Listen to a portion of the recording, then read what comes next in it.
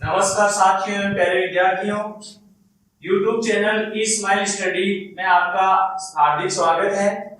मैं हमारे online courses के माध्यम से महेश कुमार खोकर आपके लिए कक्षा 10 का टॉपिक केंद्रीय प्रवृत्ति के माप मेजर्स ऑफ सेंट्रल टेंजेंसी, जो कि हर साल माध्यमिक शिक्षा बोर्ड की जो परीक्षा होती है इसमें एक बड़ा अक्षर का क्वेश्चन पूछा जाता है, ये लेके आया हूं। तो अपन इसके बारे में पढ़ेंगे। तो प्रिय विद्यार्थियों, आपने कक्षा 9 में केंद्रीय प्रवृत्ति के माप के बारे में पिछली कक्षा में पढ़ चुके हैं। वहां आपने पढ़ा कि आंकड़े दो प्रकार के होते हैं, प्राथमिक आंकड़े और द्वितीयक आंकड़े। प्राथमिक आंकड़ों को ग्राफ एवं सारणी के द्वारा स्पष्ट समझा जाता है, जिससे वे समझने में सरल और सुगम हो जाते हैं।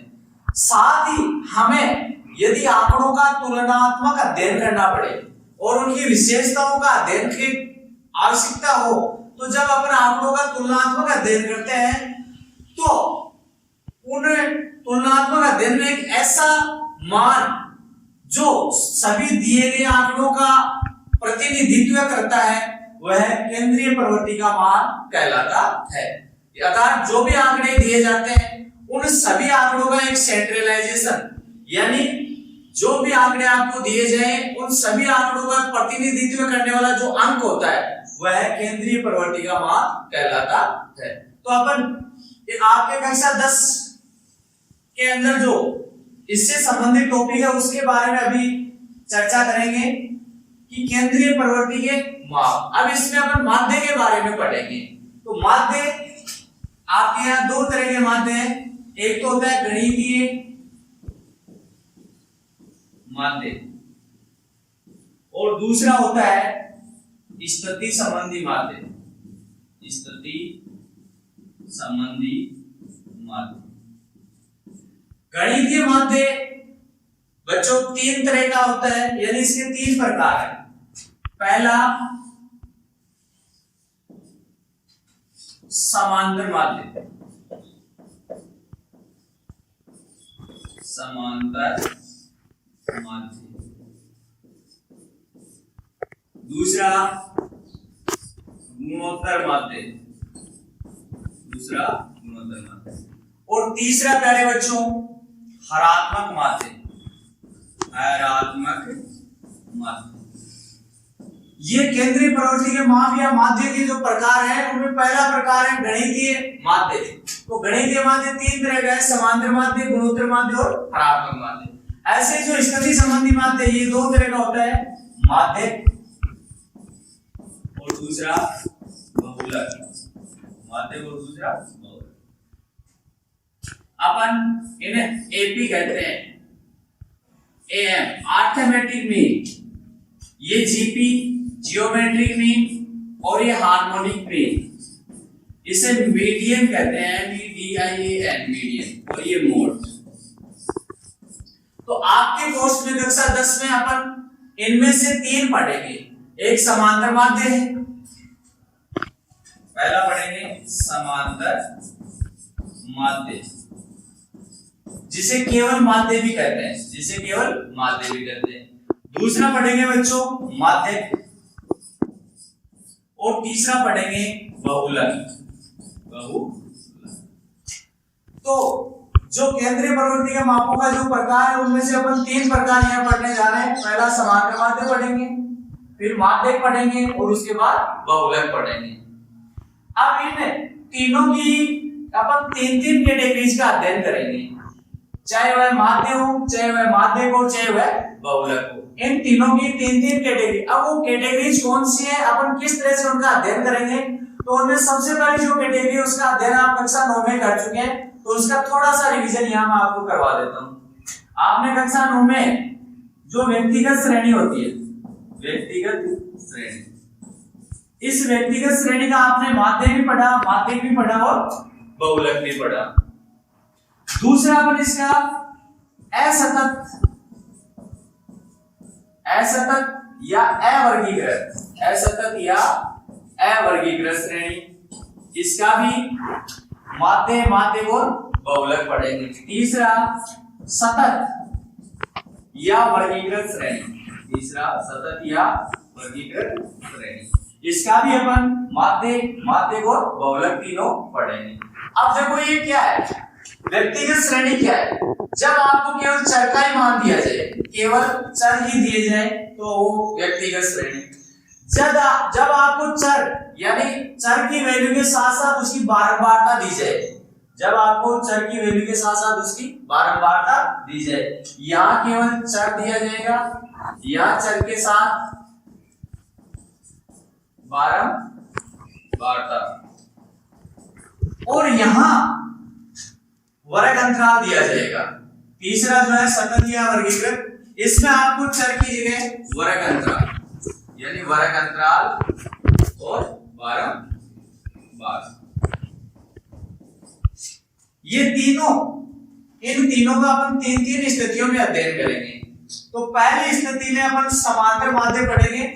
समांतर माध्य का अपन व्यक्तिगत श्रेणी, सतत या अवर्गीकृत श्रेणी, असतत या अवर्गीकृत या सतत या वर्गीकृत। व्यक्तिगत श्रेणी केवल चर अक्ष, अब देखो चर का मान, केवल चर का मान दिया जाए तो उस स्थिति में अपन समांतर माध्य कैसे ज्ञात करते हैं। तो उस स्थिति में जो आपको आंकड़े दिए जाए, उन सभी आंकड़ों का योग बटे उन आंकड़ों की संख्या। जैसे एक कंपनी है, उस कंपनी में 5 कर्मचारी हैं और उन 5 कर्मचारियों की सैलरी कुछ इस प्रकार है। कर्मचारियों की संख्या है 5, कर्मचारियों की संख्या है वो 5 और उनका वेतनमान यानी उनकी जो सैलरी है वो इस तरह से है। किसी को 2000 मिलते हैं, किसी को 3000 मिलते हैं, एक को 5000 मिलते हैं, एक को 6000 मिलते हैं और एक को 8000 मिलते हैं। 5 कर्मचारी जो किसी कंपनी में काम करते हैं, उनमें से एक को 2000 मिलते हैं, एक को 3000, एक को 5000, एक को 6000 और एक को 8000। इस तरह से पैसे मिलते हैं, रुपए मिलते हैं। अपन को इनका माध्य निकालना है कि इन कर्मचारियों को जो वेतन मिल रहा है इसका समांतर माध्य या माध्य क्या है। इसको अपन दूसरे शब्दों में औसत भी कह सकते हैं। तो अपन देखेंगे यहाँ जो कर्मचारियों को वेतन मिल रहा है तो इनका योग करेंगे, यानी आंकड़ों का योग बटे आंकड़ों की संख्या। तो अपन जैसे इनका योग करेंगे तो इसका योग होगा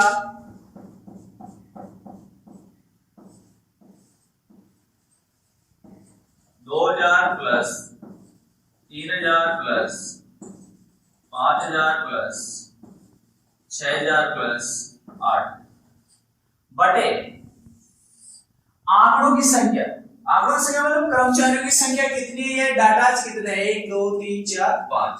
तो अपन इनमें 5 का भाग देंगे तो क्या आएगा, इनको जोड़ेंगे 3 2 5 5 10 6 16 और 8 24,000 रुपए बटा 5। जब अपन 24,000 में 5 का भाग देंगे तो देखो 5 चौका 20, 4 बचे, 0 लिया, 8 पंजे 40, फिर 2 0 बच गए, यानी इसका औसत क्या आ गया 4,800 रुपए।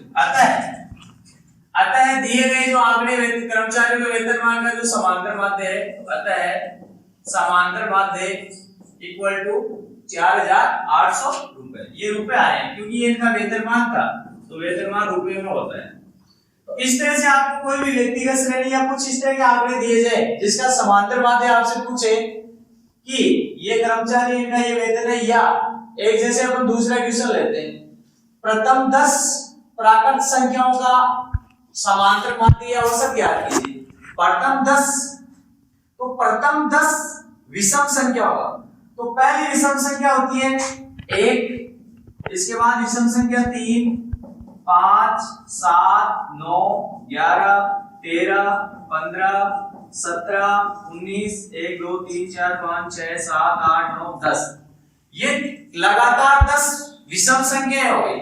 इनका औसत यानी इनका माध्य या इनका समांतर माध्य आपसे पूछे तो वही स्थिति है, आंकड़ों का योग बटे आंकड़ों की संख्या।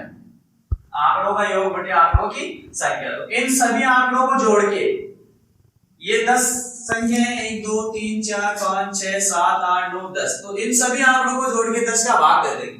तो इसी की तरह इसका क्या आ जाएगा, समांतर माध्य या माध्य आ जाएगा।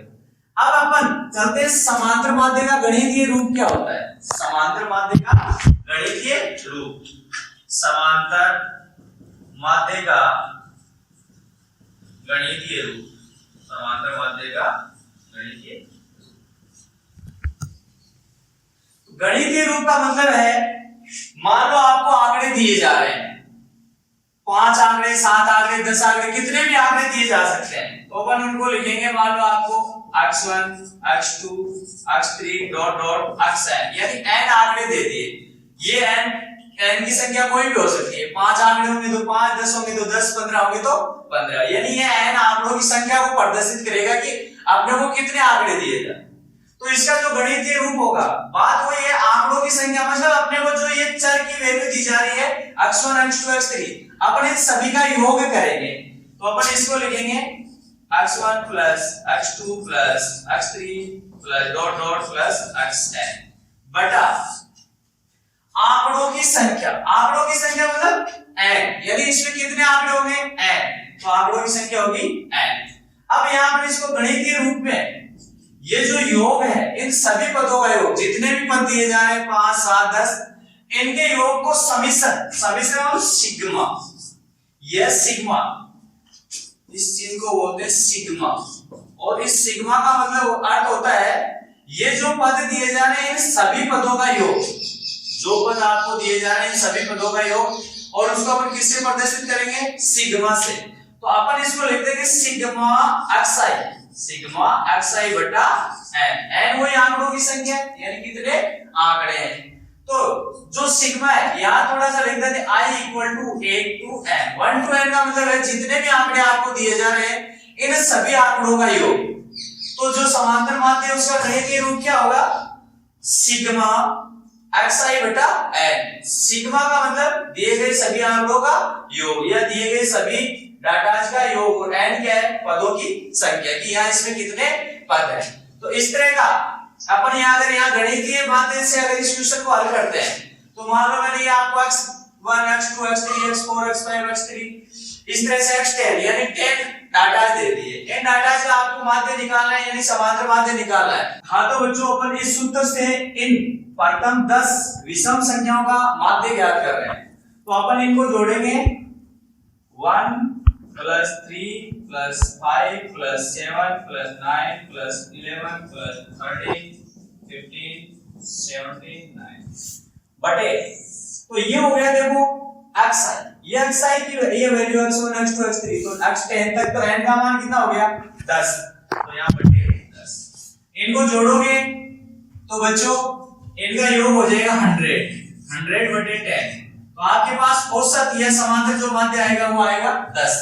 अतः दिए गए आंकड़ों का, अतः समांतर माध्य, अतः समांतर माध्य 10 है, अर्थात प्रथम 10 विषम संख्याओं का समांतर माध्य 10 है। ऐसे ही इसी क्वेश्चन का जैसे व्यक्तिगत श्रेणी का समांतर माध्य हो गया, तो इसका एक तो औसत के रूप में यानी आंकड़ों का योग बटे आंकड़ों की संख्या, दूसरा गणितीय रूप में जो आंकड़े दिए जा रहे हैं सभी का योग बटा उनकी संख्या। तो बच्चों आप इसका स्क्रीनशॉट ले सकते हो